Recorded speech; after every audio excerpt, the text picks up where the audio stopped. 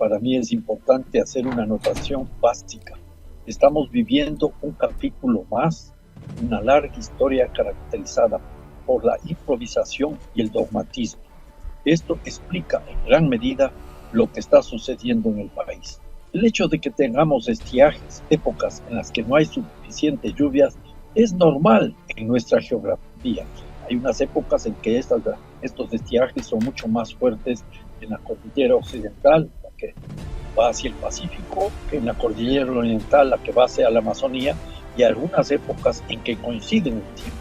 Y entonces aquí el problema no es simplemente tener un equilibrio de plantas hidroeléctricas entre la cordillera occidental y la cordillera oriental, la mayoría están en la vertiente oriental, como bien sabemos, sino que lo que se requiere es tener también un parque térmico para generar electricidad con combustibles fósiles para cerrar las horas pico y sobre todo para enfrentar los racionamientos que se van a visorar como producto de los estiajes si es que no se toman las medidas adecuadas. En concreto, estos problemas que estamos viviendo no son una sorpresa. Nadie debería ni siquiera llamarle la atención. Recordemos que el propio presidente de la República, el actual presidente de la República, cuando era candidato en el debate presidencial, fue cuestionado de qué es lo que va a hacer en caso de que llegue a la presidencia y tenga que abordar la cuestión del suministro de electricidad. Y él dio una respuesta ingenua, producto de la improvisación y de la ignorancia, que dijo que el tema era simplemente de transmisión.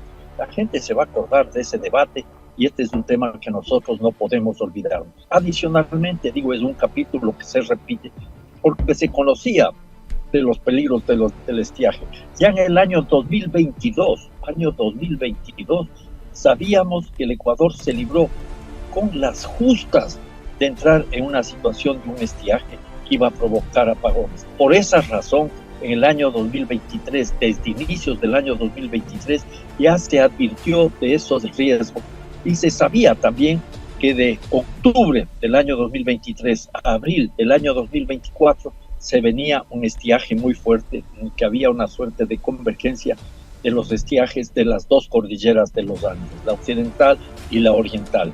Tan es así, como acabo de señalar, que el presidente de la República actual, cuando era candidato, fue abordado sobre este tema. Su respuesta fue realmente de un desconocimiento total de la materia. Y luego, en el gobierno de Guillermo Lasso, de muy ingrata recordación, tuvimos los racionamientos como producto de la irresponsabilidad del gobernante, que estaba preso, por un lado, de ese deseo neoliberal de forzar que las cosas del Estado sean privatizadas. Ya sucedió en el gobierno de Sixto Durán Ballén y Alberto Larzosi, y luego también por efecto de lo que conocemos como el austericidio, el ahorro a ultranza de recursos económicos para atender el servicio de la deuda externa, que afectó a la sociedad por las menores inversiones sociales, que afectó a la economía por la menor obra pública, también pasa factura porque no se hicieron las obras oportunamente, como es la del mantenimiento del parque térmico, un parque que en gran medida ya está obsoleto y que debió haber sido sustituido. Yo recuerdo, Yesenia y Alexis, que incluso el SENACE le dijo al gobierno de la época que había que acelerar la compra de combustibles fósiles para las plantas térmicas y particularmente de gas para la planta térmica de Machala, que es la planta térmica con mayor capacidad que tiene el país en ese ámbito. Ese es el resultado, por un lado, de la improvisación. Hay gente que no conoce de la materia y está al frente de estas instancias tan importantes, y por otro lado también del dogmatismo. Yo recuerdo lo que sucedió luego del gobierno del doctor Rodrigo Borja Ceballos. Terminaba su gestión y tuvimos racionamientos, unos primeros racionamientos muy costosos, pero que dieron lugar a una respuesta inmediata del Instituto Ecuatoriano de Electrificación, INESEL, que luego desapareció ya en la época neoliberal y que planteó la construcción de algunas plantas térmicas para estas horas pico, horas pico y las épocas de racionamiento, en los momentos extremos en los que se requiere un aporte complementario del suministro de electricidad.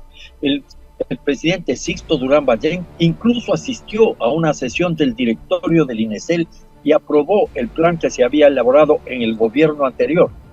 Pero vino el dogmatismo neoliberal, encabezado por Alberto Larzosi, a través del secretario del CONAVE, que prohibió que se construyan las plantas térmicas, literalmente prohibió que se construyan las plantas térmicas, desautorizó al presidente Sixto Durán Ballén, y eso dio lugar entonces a una época de racionamientos y de apagones muy complicadas hasta el año 1996. En esa época es la que se contrataron las barcazas con un costo altísimo. Si la memoria no me falla, se les pagaba, creo que era 38 hasta 40 centavos el kilovatio hora, en una situación en que recibían el dinero simplemente porque estaba la capacidad de generación instalada.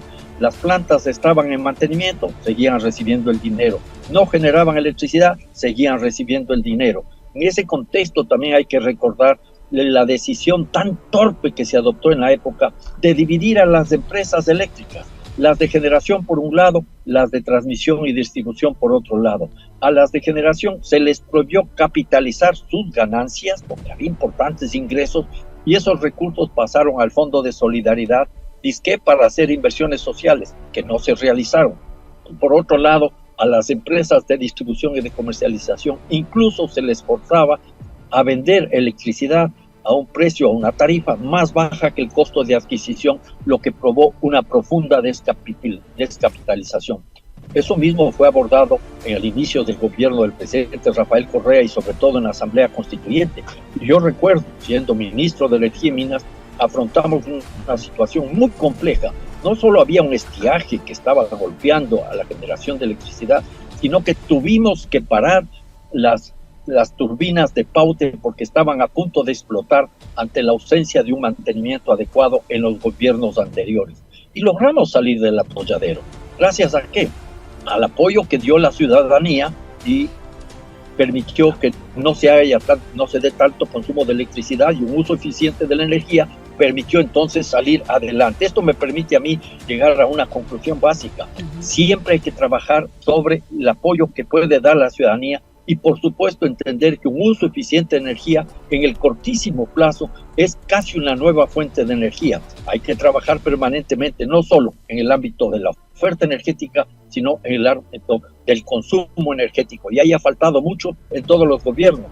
Lamentablemente, luego de pasos iniciales que abrieron la puerta a una visión integral del sistema energético, en el gobierno de Rafael Correa, luego de que existía un plan para enfrentar el problema, no se hizo nada o no se hizo casi nada y tuvimos también costosos racionamientos en el año 2009 y 2010. Luego se construyeron muchas plantas hidroeléctricas. Hay que reflexionar sobre cómo se construyeron porque algunas fueron mal planificadas, algunas fueron elaboradas sin adecuados estudios de impacto ambiental, como el caso de Coca-Cola Sinclair, y otras estuvieron cargadas de corrupción. El hecho real y cierto acá es que estamos en el momento actual en una situación en la cual la responsabilidad directa de esto es sobre todo de los últimos gobernantes.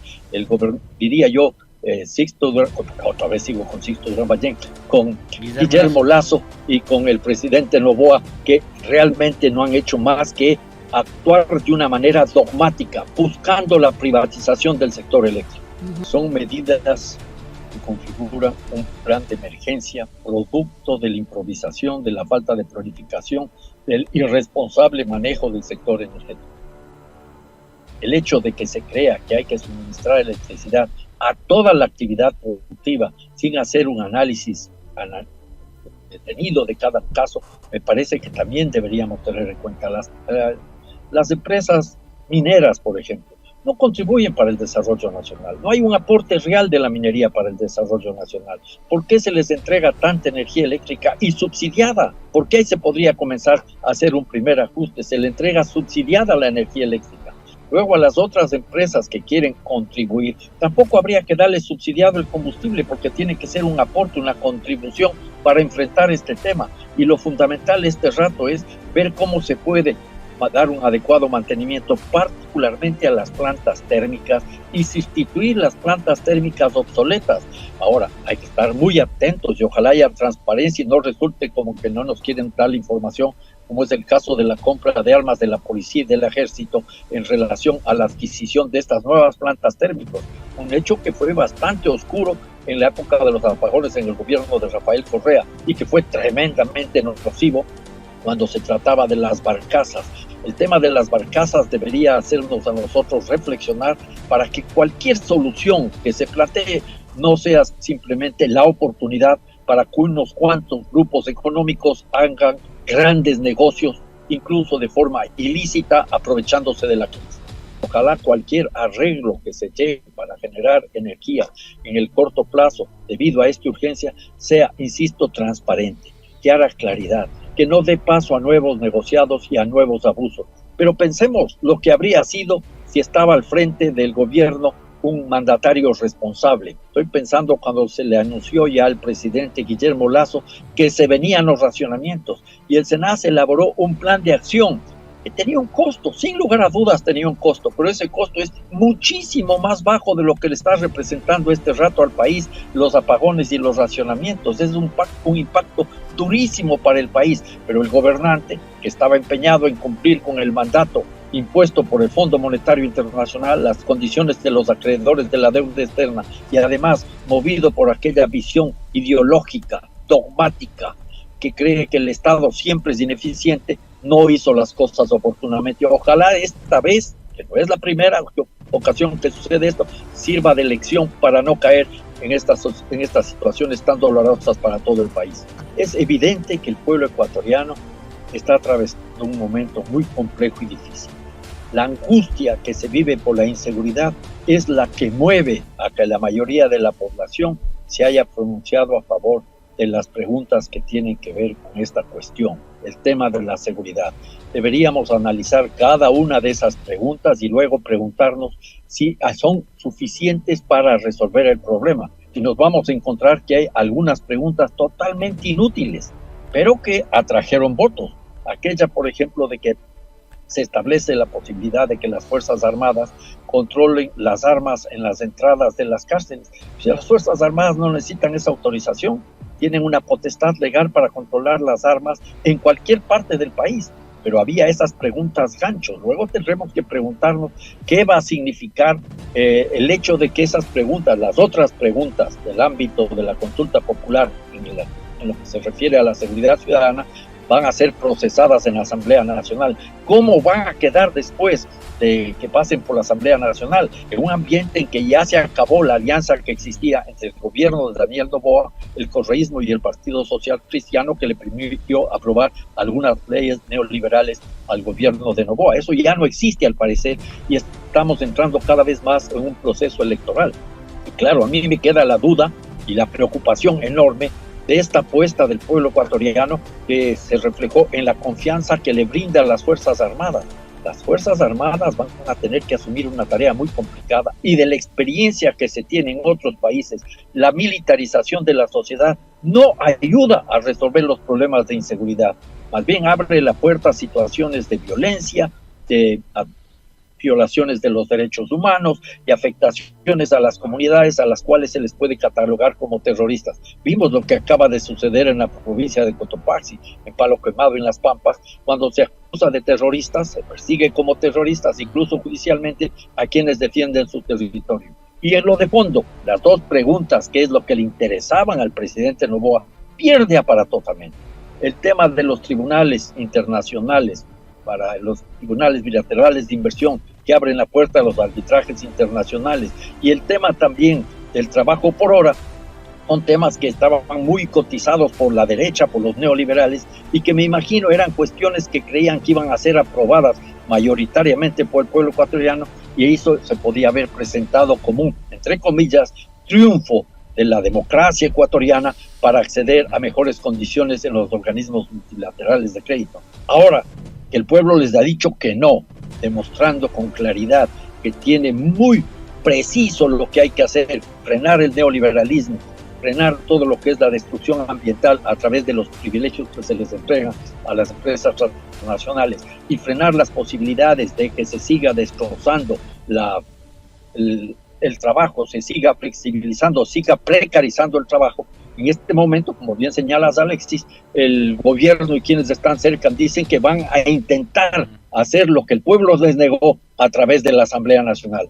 Me parece que es una clara declaración de sinvergüencería. Es lo que está sucediendo también con el Yasuní. El pueblo ya se pronunció, no hay que discutir, hay que poner en marcha lo que el pueblo dispuso el 20 de agosto y hay que poner en marcha lo que el pueblo dispuso este 21 de abril. No a la contratación por hora, y si es que quieren que revisen los contratos que existen, ya hay suficiente material ahí, suficientes normas legales para tener contratos un poco más flexibles. Eso empezó ya en el gobierno de Correa a flexibilizarse luego de que se eliminó la tercerización laboral en la Asamblea Constituyente. Y también hay que tomar medidas concretas. El Ecuador tiene que salir del CIADI ya. Tienen que desmontarse los últimos tratados bilaterales de inversión. En otras palabras, hay que hacer realidad el mandato que está en la Constitución en el artículo 422 que prohíbe este tipo de arbitrajes internacionales. En medio de la tosudez de los gobiernos, sobre todo desde el gobierno de Lenín Moreno, el gobierno de Guillermo Lasso y el gobierno de Daniel Noboa, empeñados en seguir con las recetas, con las imposiciones del Fondo Monetario Internacional, no vamos a salir de esta situación en la que venimos arrastrando tendencias recesivas en la economía. Mientras no cambie esa realidad, no vamos nosotros a poder enfrentar con profundidad ni siquiera el tema de la seguridad ciudadana. Yo creo que estaban tan convencidos que creían que podían llegar al Fondo Monetario Internacional con esos dos, entre comillas, logros, los tratados bilaterales de inversión y el trabajo por hora. Por eso están desesperados en el gobierno y quienes defendían estas dos preguntas, demostrando en gran medida que el tema de la seguridad, que no digo que no sea importante, para ellos no era lo fundamental eran estas dos preguntas donde el pueblo ecuatoriano, que es un pueblo inteligente, es un pueblo intuitivo, les dijo que no. Nosotros tuvimos una tercerización laboral, trabajos por horas, recuerden ustedes, a fines del siglo pasado, no son muchos años atrás, y no ayudaron a resolver el problema del desempleo. Lo que sirve muchas veces, sobre todo por la existencia de un gran número de empresarios, es que haya una precarización laboral y eso termina por beneficiar a estos grupos empresariales. Además, bien sabemos que el Estado ecuatoriano no ha tenido la capacidad para hacer cumplir las normas. Piensen ustedes, ¿cuántas veces deben haber entrevistado en Radio Pichincha a las personas que defienden los derechos de los trabajadores y trabajadoras de Furukawa, que es una relación laboral casi de esclavitud? Y esos ejemplos hay muchos.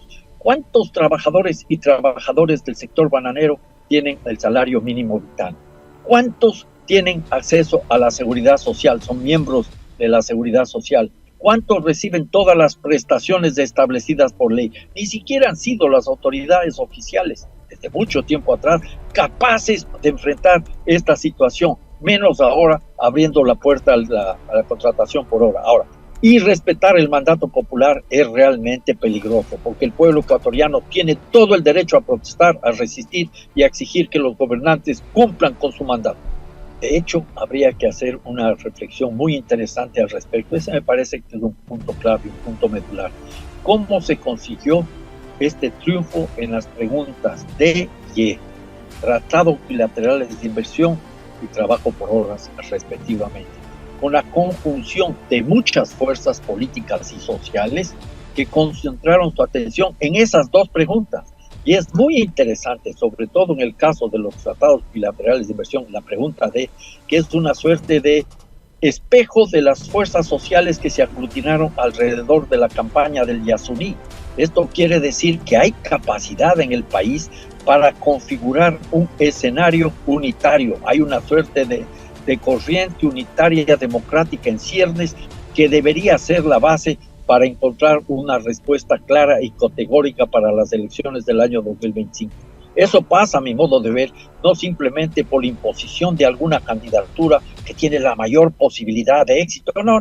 Primero habría que establecer un programa, una unidad programática. ¿Qué es lo que se va a hacer? Simultáneamente una unidad orgánica, con quién se va a trabajar y cómo se va a trabajar. Y luego se puede abordar el tema de las candidaturas, pero en ese escenario no puede aparecer nadie que diga estos son los puntos indiscutibles y si no los aceptan, pues no hay unidad. No, hay que abrir la puerta y hay que entender que hay un reclamo popular que comienza a configurarse y que tiene entre tantos actores importantes, sobre todo al movimiento indígena a la cabeza.